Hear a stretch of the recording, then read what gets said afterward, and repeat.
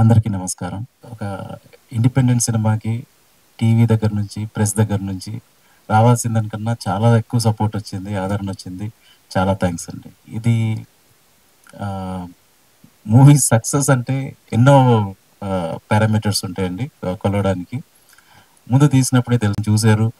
ఆహ్, ఒక వరకు యాక్సెప్టెన్స్ వచ్చింది. సో, అదే సక్సెస్‌గా భావిస్తాం. యాక్టర్స్ దగ్గరకొచ్చేసరికి నేను ప్రతి మీట్‌లో చెప్పినట్టే నేను జనరల్‌గా ఇప్పుడు 'సుశీల' క్యారెక్టర్ 'దాసు', 'ఎస్‌పీ', 'రమేష్', 'ఝాన్సీ' గారు వీళ్ళెవ్వరి గురించి మాట్లాడను. అందరికన్నా ఫేవరెట్ క్యారెక్టర్ ఆహ్, 'తేజ'ది 'సాగర్' పాత్ర చేసింది. ఎందుకంటే ఇది ఫస్ట్ ఫ్రేమ్ నుంచి లాస్ట్ ఫ్రేమ్ వరకు ఉంటాడు. మొత్తం భుజాల మీద మోసాడు సినిమా. ఇది మిగతా యాక్టర్స్ చాలా చేశారు. కాకపోతే రైటింగ్‌లో కూడా వాళ్ళ స్ట్రెంత్ ఉంది. సో, నేను ఫస్ట్ చెప్పినప్పుడే ఏంటంటే సుశీలతో ఉన్నప్పుడు ఆమె స్ట్రాంగ్ పర్సనాలిటీ, ఆమె స్ట్రాంగ్ ఇది. సో, నువ్వు దాని ప్రకారంగా ఉండాలి. దాస్ అనేది నీకొక మెంటర్. అతని దగ్గర తగ్గుండాలి. అతను చెప్తాడు నీకేం చేయాలని. సో, ఈ బాడీ లాంగ్వేజ్ తీసుకురావాలి. మళ్ళీ మధ్యలోకొచ్చిన తర్వాత ప్రెగ్నెంట్ అవుతది. రెస్పాన్సిబిలిటీ తీసుకుంటాడు. ఒక మళ్ళీ జాబ్ చేయడము. సో, మీకు ఇంకొక వేరియేషన్ కనిపిస్తది. అదయిపోయిన తర్వాత జైలుకెళ్తాడు. అక్కడ చీకటి కట్టులో పడిన తర్వాత అప్పటి వరకు నాకు తెలీదు అది ఇదని ఫుల్ 100% యాక్సెప్ట్ చేస్తాడు. నా వల్ల 23 మంది చనిపోయారని.